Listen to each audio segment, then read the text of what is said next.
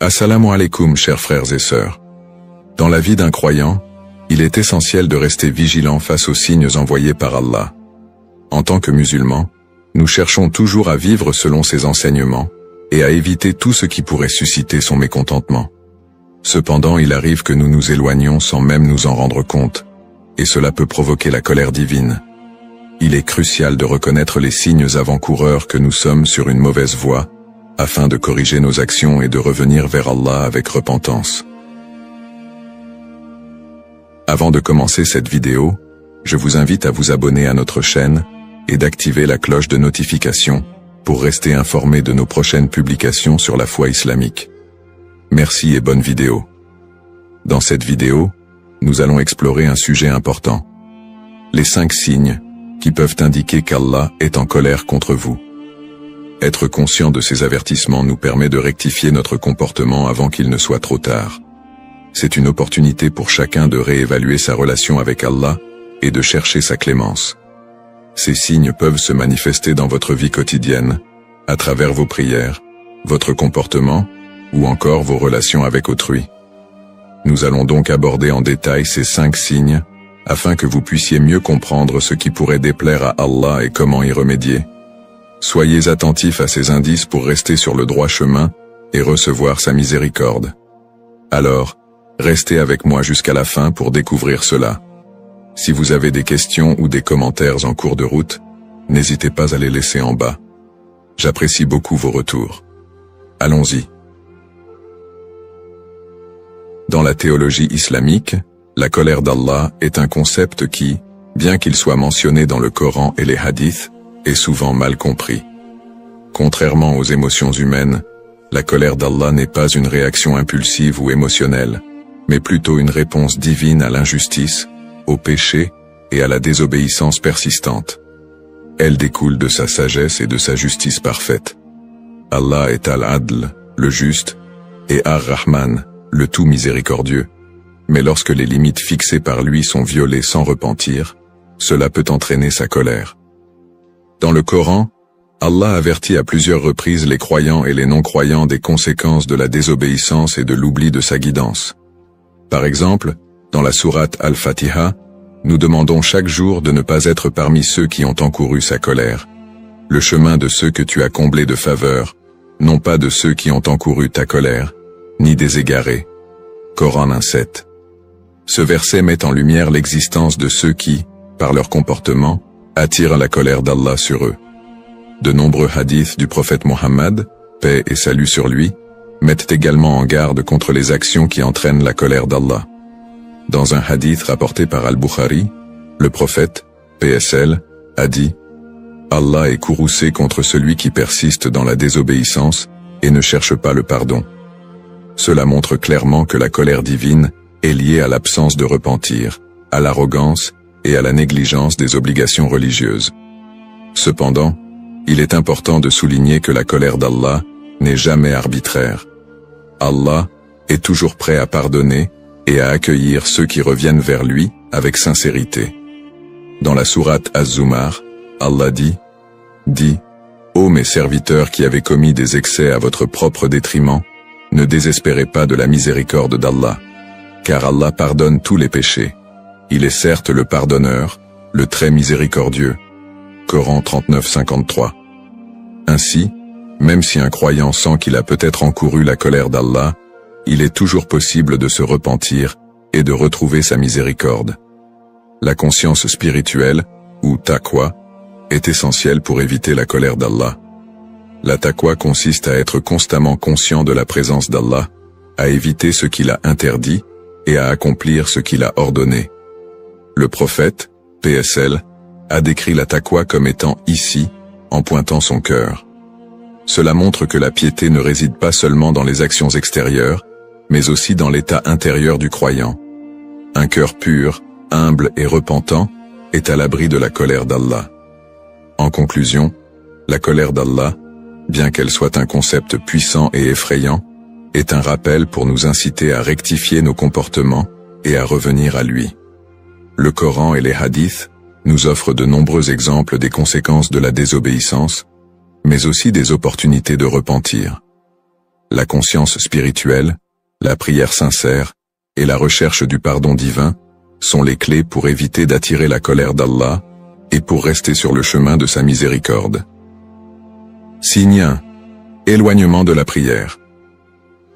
Le premier signe avant-coureur indiquant qu'Allah est en colère contre une personne est l'éloignement de la prière, un acte fondamental dans la vie du musulman.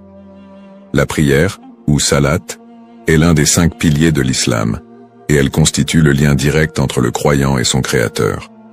Lorsque ce lien se fragilise, cela peut être un signe alarmant que la personne s'éloigne de la miséricorde d'Allah et qu'elle court le risque d'encourir sa colère. Description du signe. L'éloignement de la prière peut se manifester de différentes manières. Négliger les prières obligatoires, prier en retard sans raison valable, ou accomplir la prière de manière mécanique, sans concentration ni sincérité. Certaines personnes peuvent même en arriver à abandonner complètement la prière, un acte considéré comme gravissime en islam. Le prophète Muhammad, paix et salut sur lui, a d'ailleurs averti dans un hadith rapporté par Muslim: entre l'homme et la mécréance, il y a l'abandon de la prière. Lorsque la prière n'est plus prioritaire dans la vie d'un croyant, cela est souvent le signe que son cœur s'est durci et que son lien avec Allah s'est affaibli. Cet éloignement peut conduire à d'autres péchés, car sans ce rappel constant de la soumission à Allah, l'âme devient plus vulnérable aux tentations et aux influences négatives. Conséquences spirituelles. L'une des principales conséquences de l'abandon ou de la négligence de la prière est l'éloignement de la guidance divine. La prière est une source de lumière spirituelle qui protège l'âme des ténèbres du péché. Allah dit dans le Coran: « Récite ce qui t'est révélé du livre et accomplis la prière. En vérité, la prière éloigne de la turpitude et du blâmable, et le souvenir d'Allah est plus grand encore. » Coran 29-45. En d'autres termes, lorsque l'on s'éloigne de la prière, on s'éloigne aussi de cette protection qui nous garde sur le droit chemin. L'âme qui néglige la prière devient progressivement insensible à la voix de sa conscience. Les petites transgressions peuvent alors devenir plus fréquentes, et l'attrait pour les plaisirs éphémères de ce monde peut prendre le dessus. De plus, le cœur se remplit d'insatisfaction et d'anxiété, car la prière est une source de paix et de sérénité. En abandonnant cet acte, le croyant peut se retrouver prisonnier de la confusion et de la tristesse, car il a délaissé l'un des moyens les plus puissants pour nourrir son âme. Exemples et témoignages. De nombreuses personnes ont vécu des périodes de négligence dans leur prière, souvent liées à des moments de faiblesse spirituelle. Un frère musulman témoigne: « J'ai traversé une période difficile où j'ai arrêté de prier régulièrement.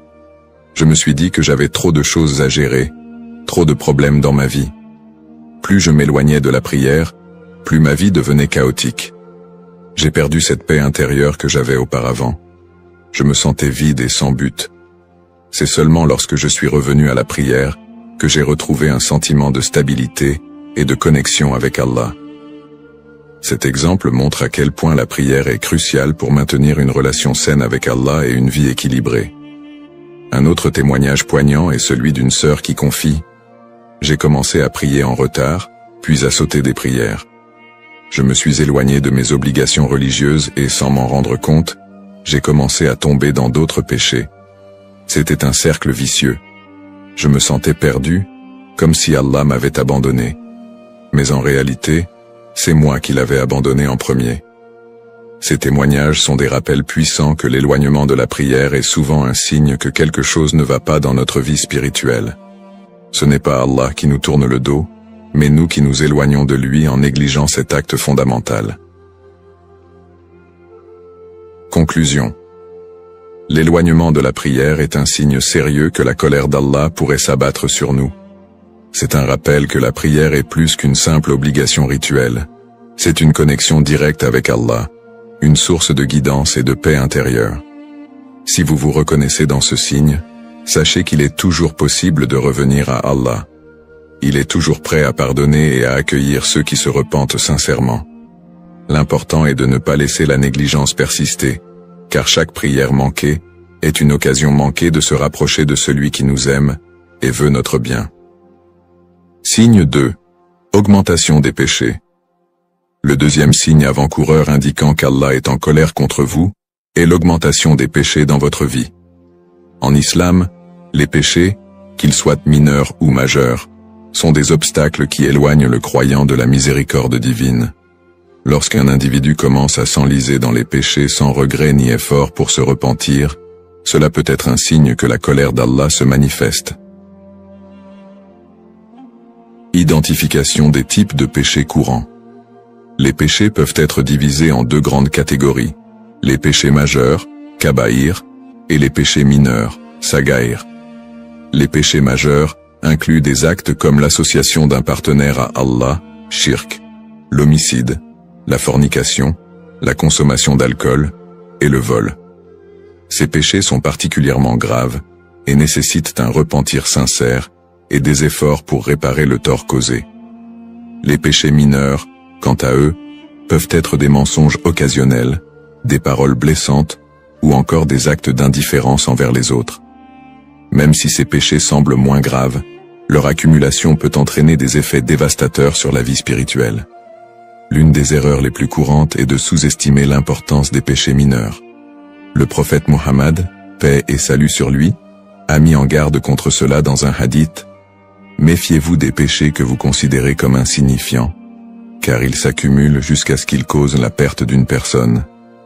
Cette accumulation de petits péchés, sans repentance, peut devenir un signe que l'individu s'éloigne de la miséricorde divine et qu'Allah peut être mécontent de lui. Effet sur la vie quotidienne et spirituelle. L'augmentation des péchés a des répercussions directes, non seulement sur la relation du croyant avec Allah, mais aussi sur sa vie quotidienne. Spirituellement, chaque péché obscurcit le cœur et éloigne le croyant de la lumière de la guidance divine. Allah dit dans le Coran, « Quiconque fait un mal, son cœur en sera noirci. » Coran 83-14. Le péché crée un voile entre le croyant et Allah, rendant plus difficile la recherche de la guidance, la concentration dans la prière et la satisfaction spirituelle. De plus, les péchés entraînent souvent des conséquences sur la qualité de la vie quotidienne. Une personne qui se plonge dans les péchés peut commencer à ressentir un sentiment de culpabilité, de honte ou de vide intérieur. Ce vide peut se traduire par un manque de satisfaction, de joie et de paix dans la vie. Des conflits familiaux, des difficultés financières ou des problèmes de santé peuvent également être des manifestations indirectes des péchés, bien qu'il ne faille pas interpréter chaque difficulté de la vie comme une punition divine. Le prophète, PSL, a également averti que l'augmentation des péchés pouvait entraîner le retrait de bénédiction dans la vie d'une personne. Il a dit, « Un homme est privé de subsistance en raison des péchés qu'il commet. » Ainsi, les péchés peuvent avoir un impact non seulement sur la dimension spirituelle, mais aussi sur la vie matérielle du croyant. Conseil pour se repentir et revenir sur le droit chemin. Il est important de se rappeler qu'en islam, aucun péché n'est trop grand pour être pardonné par Allah tant que le repentir est sincère. Allah dit dans le Coran, « Dis, ô mes serviteurs qui avez commis des excès à votre propre détriment, ne désespérez pas de la miséricorde d'Allah, car Allah pardonne tous les péchés.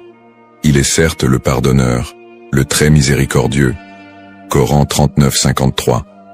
Ce verset est un rappel réconfortant que, même si une personne a accumulé des péchés, elle peut toujours retrouver la miséricorde d'Allah en se repentant sincèrement. Le processus de repentance, Tawbah, comporte plusieurs étapes.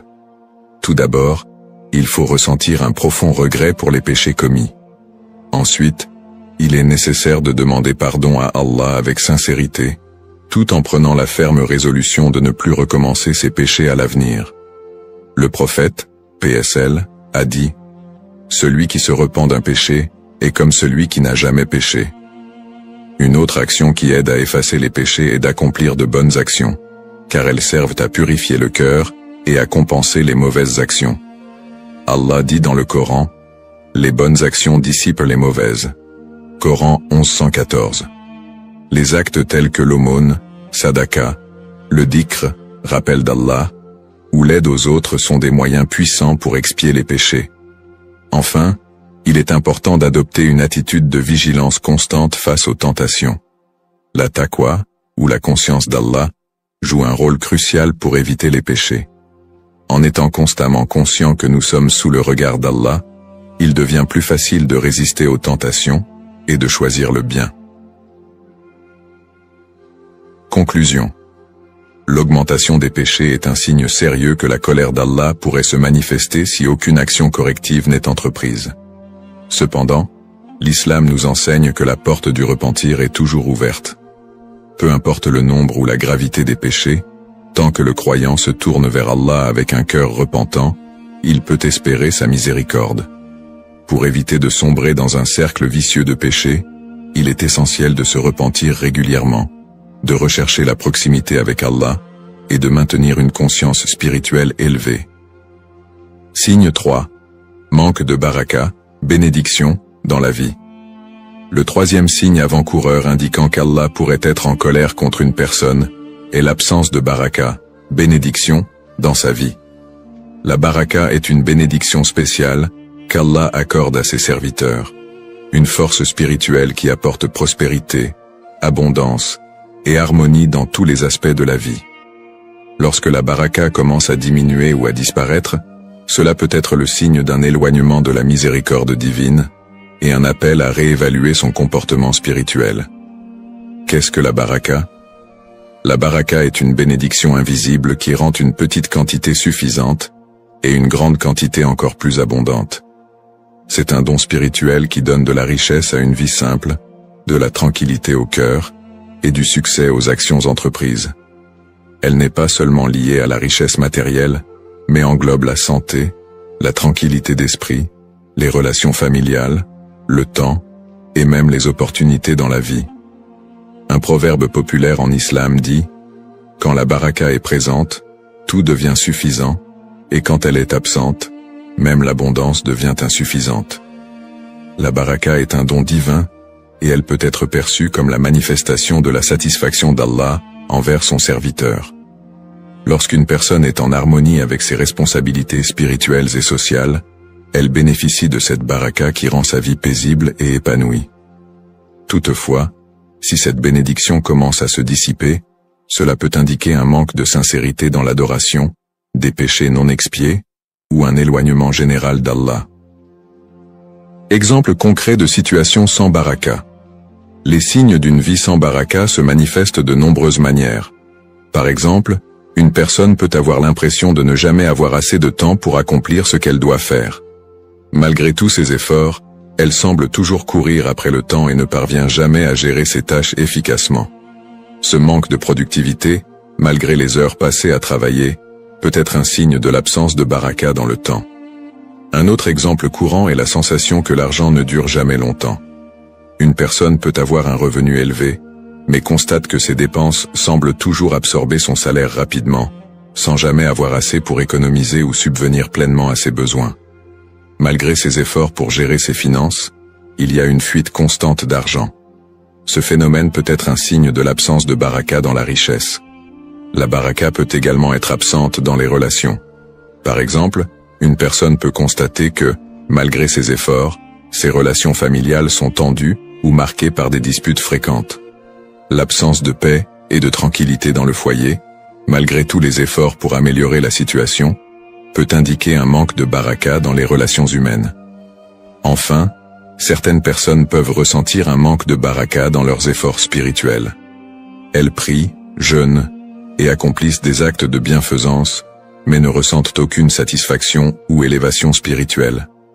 Cela peut être un signe que leurs actions ne sont pas accomplies avec la sincérité requise, ou que des péchés non expiés empêchent les bienfaits de ces actes d'atteindre leur cœur. Comment retrouver la baraka dans sa vie? Il est possible de retrouver la baraka dans sa vie, et cela commence par une évaluation sincère de sa relation avec Allah. Voici quelques étapes essentielles pour regagner cette bénédiction précieuse. 1. Repentir sincère, Tauba. La première étape pour retrouver la baraka est de se repentir sincèrement des péchés passés.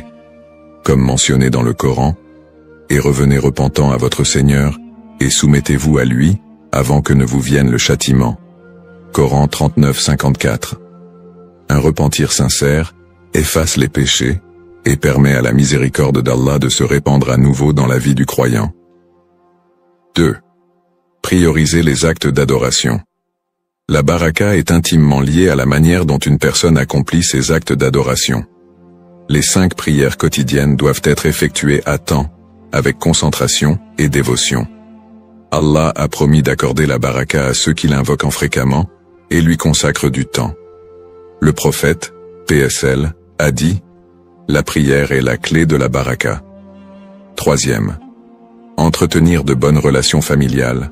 Le prophète Muhammad, PSL, a enseigné que la bonté envers les parents et le maintien de bonnes relations avec la famille sont des sources importantes de baraka. En islam, la baraka est directement liée aux bonnes actions sociales et à l'harmonie dans les relations interpersonnelles. Si les relations familiales sont tendues, il est essentiel de travailler à la réconciliation et au pardon. 4. Faire preuve de gratitude. Allah dit dans le Coran, « Si vous êtes reconnaissant, je vous accorderai certainement plus. » Coran 14-7. La gratitude est un moyen puissant d'attirer la baraka dans la vie. En étant reconnaissant pour ce que l'on a, même si cela semble peu, Allah augmente ses bienfaits. Le simple fait de dire « Alhamdulillah », louange à Allah, dans toutes les situations, ouvre la porte à plus de bénédictions. 5. Partage et charité. L'aumône, sadaka, est un autre moyen de restaurer la baraka. En aidant les autres, surtout ceux qui sont dans le besoin, Allah accorde davantage de bénédictions en retour. Le prophète, PSL, a dit « L'aumône n'a jamais diminué la richesse de personne. Donner pour la cause d'Allah, que ce soit du temps, des biens ou des compétences, est une manière puissante d'attirer la baraka dans sa propre vie. » Conclusion. Le manque de baraka dans la vie est un signe sérieux qu'il est temps de se rapprocher d'Allah et de réévaluer son comportement. La baraka est une bénédiction divine qui enrichit chaque aspect de la vie du croyant, et sa disparition peut être un indicateur que des ajustements spirituels sont nécessaires. Cependant, en revenant à Allah avec sincérité, en accomplissant de bonnes actions et en maintenant une gratitude constante, il est possible de retrouver la baraka et de voir à nouveau des bénédictions dans chaque aspect de la vie. Signe 4. Conflits et tensions dans les relations. Le 4e signe avant-coureur indiquant qu'Allah pourrait être en colère contre vous est la multiplication des conflits et des tensions dans vos relations humaines. En islam, les relations humaines jouent un rôle crucial dans la vie spirituelle, car elles reflètent souvent l'état de la relation d'une personne avec Allah. Les tensions répétées, les malentendus fréquents et les conflits non résolus peuvent être un signe que l'harmonie divine a été perturbée. Cela est souvent lié à des comportements et des attitudes contraires à l'éthique islamique, tels que l'orgueil, l'injustice ou le manque de patience. Analyse des relations humaines en islam. En islam, les relations humaines sont considérées comme un élément fondamental de la foi. Le prophète Muhammad, paix et salut sur lui, a souvent insisté sur l'importance de bien traiter les autres, que ce soit les membres de la famille, les amis, les voisins, ou même les étrangers. Dans un hadith célèbre, le prophète, PSL, a dit « Aucun de vous ne croit vraiment tant qu'il n'aime pas pour son frère ce qu'il aime pour lui-même. » Cette empathie et ce respect envers autrui sont des manifestations directes de la foi. Les relations humaines sont aussi liées à la notion de haqq, droit. Chaque individu a des droits sur les autres, qu'il s'agisse des droits des parents, des époux, des enfants, ou même des voisins. Respecter ces droits est une obligation religieuse, et toute transgression de ces droits peut entraîner des tensions dans les relations. Par exemple, ne pas respecter ses parents, manquer d'équité dans son couple, ou médire d'une personne derrière son dos sont des comportements qui non seulement nuisent aux relations, mais peuvent aussi provoquer la colère d'Allah. Les relations humaines en islam sont un test de patience, de pardon et de justice. Elles sont un reflet de la manière dont une personne traite Allah à travers le respect de ses créatures. Quand les conflits deviennent récurrents, il est essentiel de se demander si ces relations sont gérées de manière conforme aux enseignements islamiques. Impact des conflits sur la spiritualité. Les conflits récurrents ont un effet direct sur la spiritualité d'une personne. En islam, la paix intérieure est liée à la paix avec les autres. Les disputes constantes, la rancune et les tensions non résolues sont des poids spirituels qui peuvent obscurcir le cœur. Le prophète Muhammad, PSL, a dit « Les portes du paradis sont ouvertes tous les lundis et jeudis, et Allah pardonne à tout serviteur qui ne lui associe rien dans l'adoration, sauf à ceux qui sont en conflit les uns avec les autres. » Ce hadith montre que le pardon et la réconciliation sont essentiels pour recevoir la miséricorde divine. Les conflits prolongés peuvent également perturber la concentration dans les actes d'adoration, comme la prière. Une personne dont le cœur est rempli de colère, de rancune ou de ressentiment trouvera difficile de se concentrer lors de la prière et de ressentir la paix spirituelle. Les actes de bienfaisance peuvent également perdre de leur valeur si une personne entretient des conflits non résolus. Le prophète, PSL, a dit « Celui qui coupe les liens de parenté n'entrera pas au paradis ». Les relations humaines sont donc un aspect central de la vie spirituelle, et les conflits peuvent gravement nuire à cette connexion avec Allah. Stratégie pour rétablir l'harmonie. Il est essentiel de restaurer l'harmonie dans les relations pour retrouver la paix intérieure et la satisfaction d'Allah. Voici quelques stratégies islamiques pour rétablir l'harmonie dans les relations. 1. Le pardon. En islam, le pardon est une vertu centrale. Allah aime ceux qui pardonnent, et il promet de les récompenser grandement. Le prophète, PSL, a dit « Soyez miséricordieux envers les autres, et Allah sera miséricordieux envers vous. » Pardonner même lorsqu'on a été lésé est un moyen puissant de rétablir l'harmonie. Le Coran dit « Ceux qui répriment leur colère et pardonnent aux gens, car Allah aime les bienfaisants. » Coran 334. 2. La communication bienveillante. De nombreux conflits naissent d'un manque de communication ou de malentendus. Il est essentiel de s'asseoir et de discuter avec honnêteté et respect des problèmes qui provoquent les tensions. En islam, le bon comportement dans la parole est très important. Le prophète, PSL, a dit « Celui qui croit en Allah et au jour du jugement dernier doit dire ce qui est bon ou garder le silence. » Le choix des mots, le ton et l'attitude peuvent apaiser de nombreux conflits. 3. Faire preuve de patience, sabre. La patience est une qualité essentielle pour résoudre les conflits. Allah dit dans le Coran « Ô vous qui croyez, cherchez secours dans la patience et la prière, car Allah est avec ceux qui sont patients. » Coran 253. Dans les moments de tension, il est facile de réagir impulsivement, mais la patience permet de réfléchir et de répondre avec sagesse, plutôt qu'avec colère. 4. Chercher la réconciliation, Islah. En islam, la réconciliation est vivement encouragée. Si deux personnes sont en conflit, les autres membres de la communauté sont invités à intervenir pour apaiser les tensions et rétablir la paix. Le Coran encourage cette pratique. Et si deux groupes de croyants se combattent, réconciliez-les. Coran 49, 9. La Islah peut également se faire par l'intermédiaire d'un aîné, d'un médiateur ou d'un imam. 5. Multiplier les invocations, dua.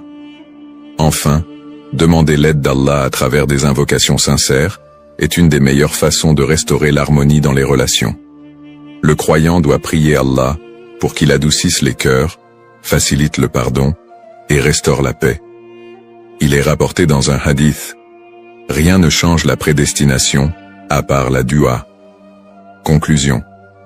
Les conflits et les tensions dans les relations humaines sont un signe que quelque chose ne va pas dans la relation avec Allah.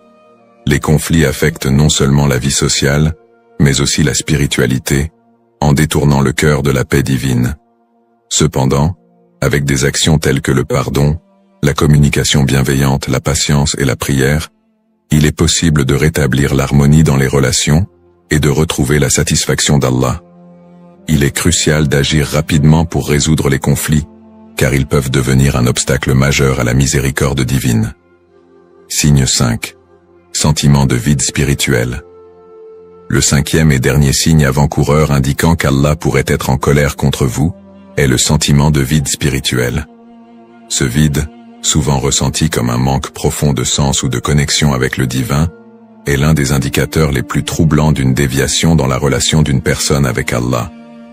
Lorsque le cœur est éloigné de la foi, l'âme souffre de cette déconnexion, se retrouvant sans repère spirituel, et cela peut être un signe que quelque chose ne va pas dans la vie du croyant. Description de ce sentiment.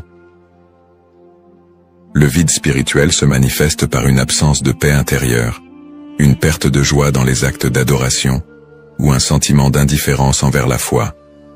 La prière, qui devrait normalement être une source de réconfort et de sérénité, peut sembler vide de sens ou être accomplie mécaniquement sans réelle connexion.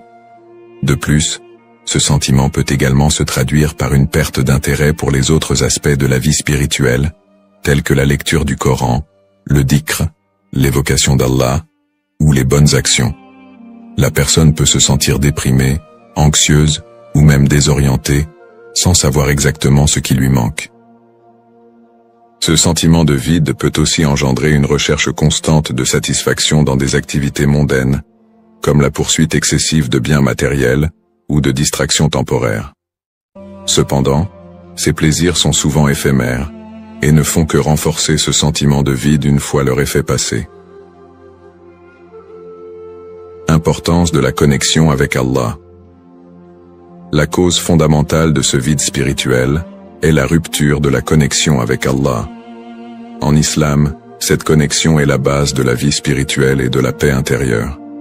Allah dit dans le Coran, « Ceux qui ont cru et dont les cœurs se tranquillisent à l'évocation d'Allah. » Certes, c'est par l'évocation d'Allah que les cœurs se tranquillisent. Coran 13:28.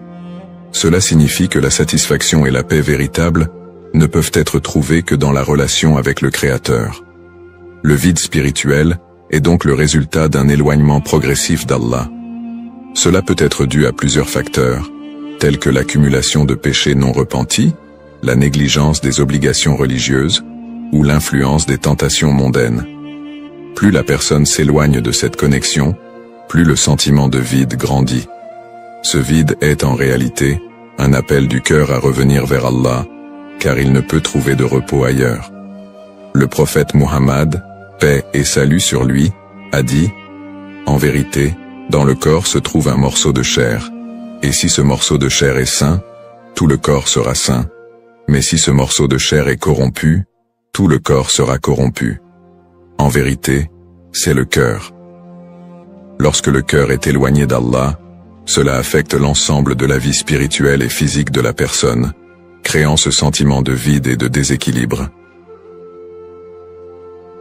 Suggestions pour renforcer sa foi et sa spiritualité. Il est crucial de réagir face à ce sentiment de vide, en prenant des mesures concrètes pour restaurer la connexion avec Allah et retrouver la paix spirituelle. Voici quelques suggestions pour renforcer sa foi et sa spiritualité. 1.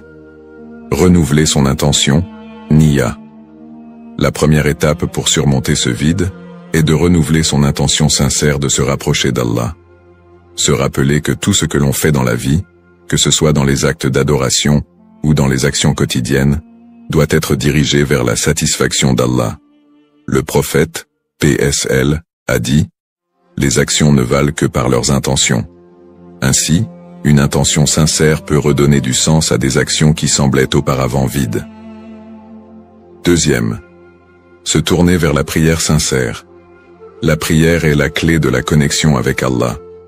Cependant, il ne s'agit pas simplement d'accomplir les prières mécaniquement, mais de prier avec une réelle dévotion, en ressentant la proximité avec Allah.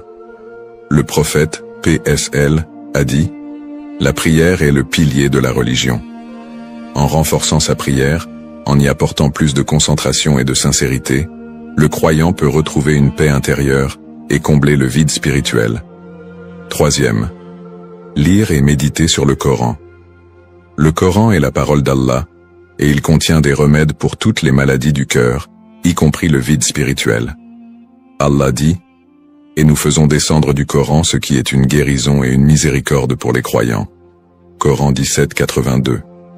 La lecture régulière du Coran, accompagnée de la réflexion sur ces versets, peut revitaliser le cœur et apaiser l'âme. 4e. Augmenter les actes de bienfaisance. L'un des moyens les plus efficaces pour se rapprocher d'Allah et combler le vide spirituel est de multiplier les actes de bienfaisance. Que ce soit par le don aux nécessiteux, par le soutien moral aux personnes en difficulté, ou simplement en étant gentil et généreux dans son entourage, ces actes permettent d'apaiser le cœur. Le prophète, PSL, a dit « Celui qui est dans le besoin, si tu lui facilites la tâche, Allah te facilitera la tienne dans l'au-delà. » 5e. Pratiquer le dhikr, l'évocation d'Allah. Le dhikr est un autre moyen puissant de reconnecter son cœur à Allah. Répéter des invocations telles que Subhanallah, Alhamdulillah et Allahu Akbar permet de purifier le cœur et de renforcer la conscience de la présence divine. Allah dit « Ceux qui, debout, assis ou couchés, évoquent Allah et méditent sur la création des cieux et de la terre. » Coran 391. Le dhikr aide à apaiser le cœur et à combler le vide spirituel. 6. Éviter les péchés et les distractions mondaines. Le vide spirituel est souvent aggravé par la multiplication des péchés et des distractions mondaines. Pour retrouver la proximité avec Allah, il est nécessaire de se repentir sincèrement des péchés passés et de limiter les distractions qui éloignent de la foi.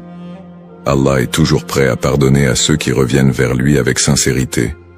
Le prophète, PSL, a dit « Tous les fils d'Adam sont pécheurs, et les meilleurs des pécheurs sont ceux qui se repentent. » 7.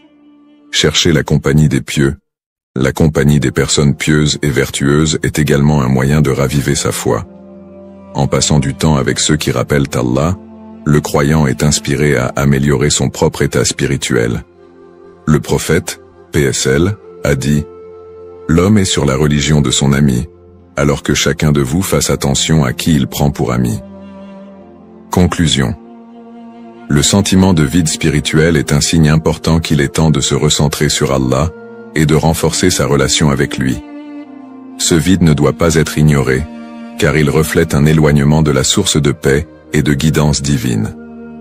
En renouvelant son intention, en renforçant ses actes d'adoration et en évitant les distractions mondaines, chaque croyant peut retrouver la satisfaction spirituelle et la paix intérieure. Conclusion. En résumé, les 5 signes avant-coureurs de la colère d'Allah que nous avons abordés sont des indicateurs importants à prendre en compte pour évaluer notre relation avec le divin.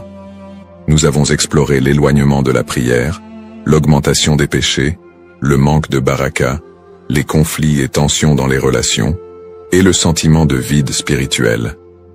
Chacun de ces signes peut refléter un déséquilibre dans notre connexion avec Allah et nous inciter à réévaluer notre comportement et notre spiritualité. Il est crucial de prendre le temps de réfléchir sur ces signes et d'évaluer honnêtement notre propre vie spirituelle. Ces indicateurs ne doivent pas être vus uniquement comme des symptômes de la colère divine, mais comme des opportunités pour nous rapprocher d'Allah et rectifier notre chemin. Allah est miséricordieux et pardonneur, et il est toujours prêt à accueillir ceux qui se repentent sincèrement. Nous vous encourageons à chercher le pardon d'Allah pour tout manquement et à prendre des mesures concrètes pour améliorer votre relation avec lui. Que ce soit par une réévaluation de vos pratiques religieuses, un retour sincère à la prière ou une augmentation de vos actes de bienfaisance, chaque effort pour se rapprocher d'Allah est une étape vers la paix intérieure et la rédemption spirituelle. Souvenez-vous que la clé est de rester sincère dans votre quête de proximité avec Allah et de chercher sa guidance à chaque étape du chemin.